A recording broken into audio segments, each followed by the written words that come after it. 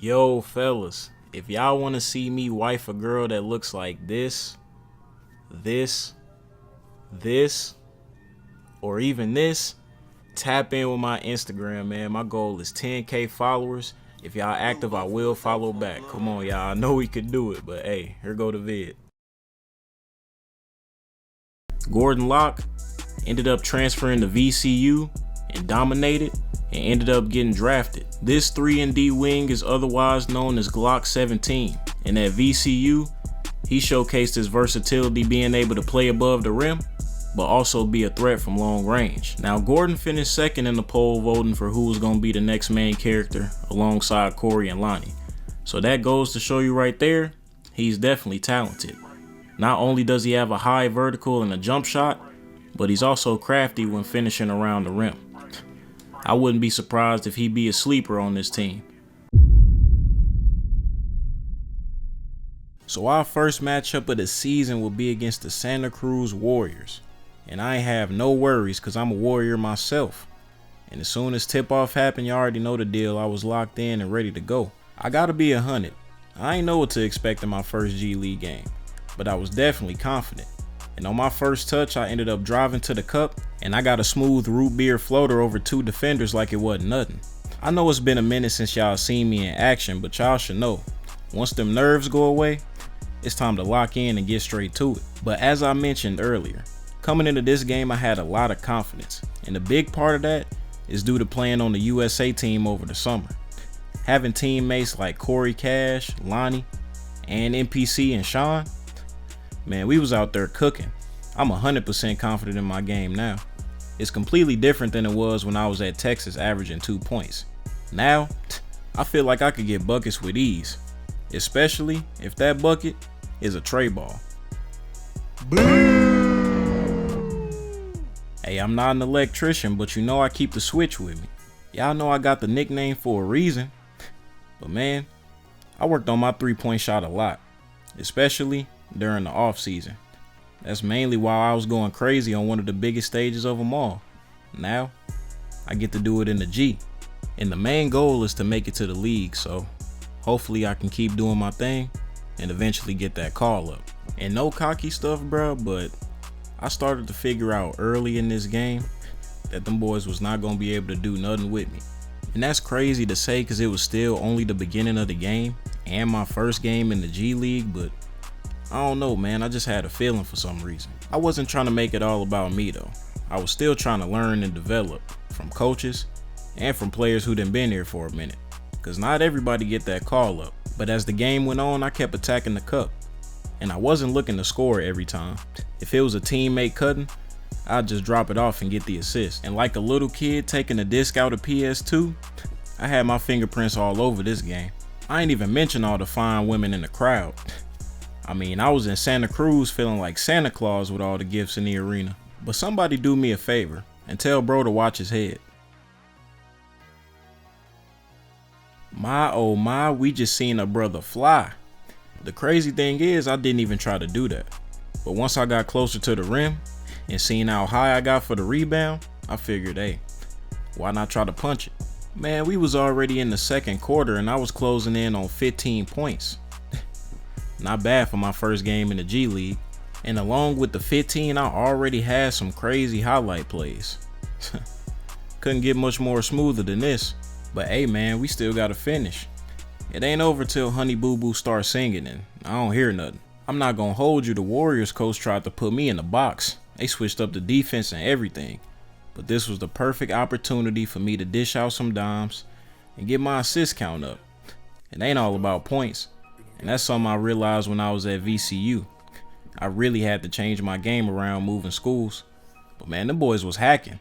Hey, it's been a long ass time, but y'all should know, when I'm at the line, it's 100% every time, man. You know what's going on. Some of them was playing good defense, but the rest of them, they was trying to wrestle.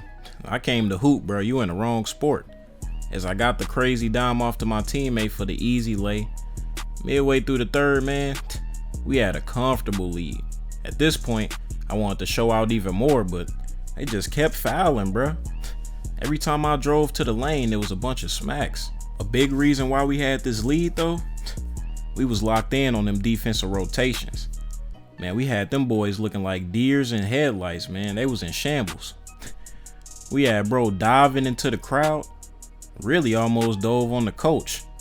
That man swung his body to the side and tried to save the ball, but he just ended up looking stupid. Y'all gonna see that meme online later. Pray for buddy. It was late in the game, but Swiper the Fox was still active. Getting in that passing lane, getting the steal, and finishing it off with a smooth two-hand jam. I know there might be some people out there who get on my head for still playing this hard when the game is basically over and we got a convincing lead, but hey man, you gotta do what you gotta do. I guarantee you if the shoe was on the other foot, man, the other team would be doing the same thing. They would be showing no mercy. So I don't want to hear it. I ain't sparing none of these boys. And I guess you could say that right there was the dagger. And we put them boys away with ease. And after a 31-point performance from me, we was on to the next game. Now this game, the energy was different. It was that home opener, and for some reason a lot of people showed up for a G League game.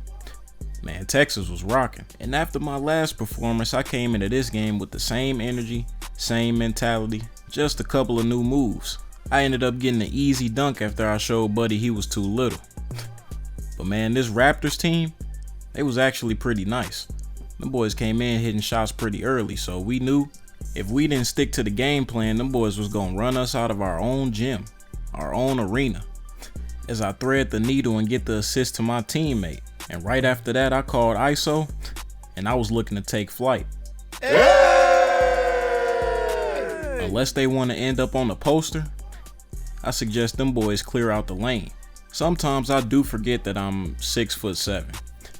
I mean, I be shooting too much, bro, and I really could be attacking the paint almost all the time.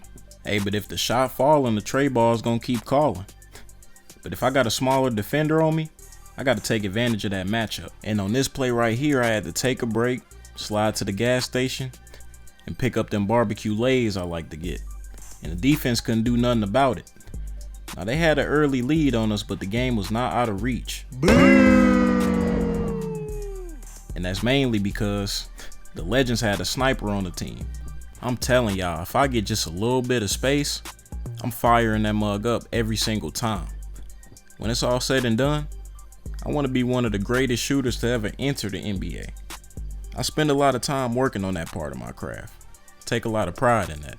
But from this moment on in the game, hey, I was feeling it. All I needed to do was see a few buckets go in, and then it was all she wrote for the defense. After that, it was a spin layup, and then on the next possession, as soon as they tried to get the break started, hey, I was stealing that and going straight to the cup and getting an one bucket. I know I mentioned it earlier, but y'all already know when I'm at the line, it's 100% every time, man. And what seemed to be a close competitive game at first quickly turned into a beatdown. Cause every single play, every time we came down the floor, I was making something happen. Whether I was making the right pass or just getting the correct screen to leave me wide open for a dunk. One thing I quickly learned about the G, man, you gotta learn to score in a variety of ways. I'm not gonna have the ball in my hands 24/7. Sometimes I might have to go set a screen or have somebody set a screen for me if I want to get my buckets. But hey, whatever it takes, I'm willing to do it. I got a goal I'm trying to accomplish. By the time it was 3 minutes left to go in the fourth quarter, like an angry parent, we was putting belt to ass. The Raptors had everybody sold in the first half, but we was able to go and flip the script. It'd be a brutal one if we lost the home opener. I wasn't losing at the crib though. After halftime, we just had to lock it in and complete the mission.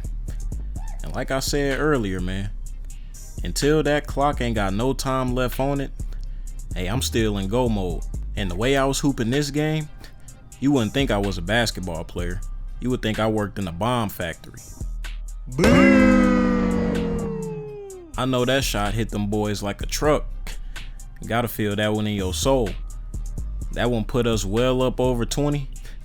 and I was having fun letting the crowd know what's up. Not only was that a cold walk down 3, but after hitting that shot, your boy ended up getting a 40-piece nugget meal with a large lemonade and fries.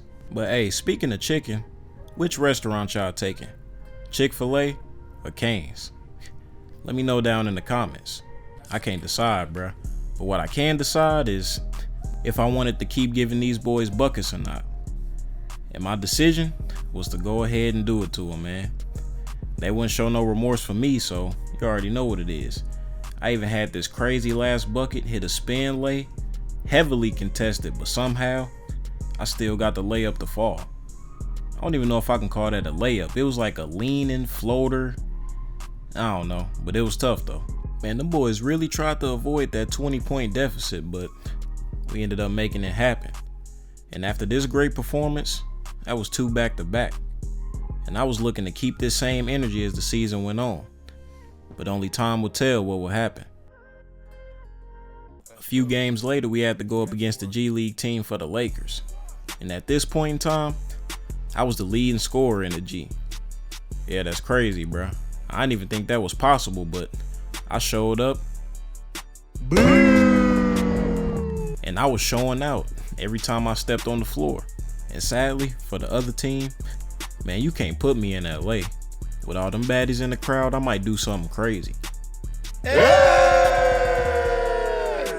I told y'all, it's showtime. There was also a lot of people in the building because Bronny was playing, but I did not care, bro. I was trying to do my own thing. And them boys started hacking early. They already knew what was up. I ain't care about no Lake show. It's the G17 show. Boom!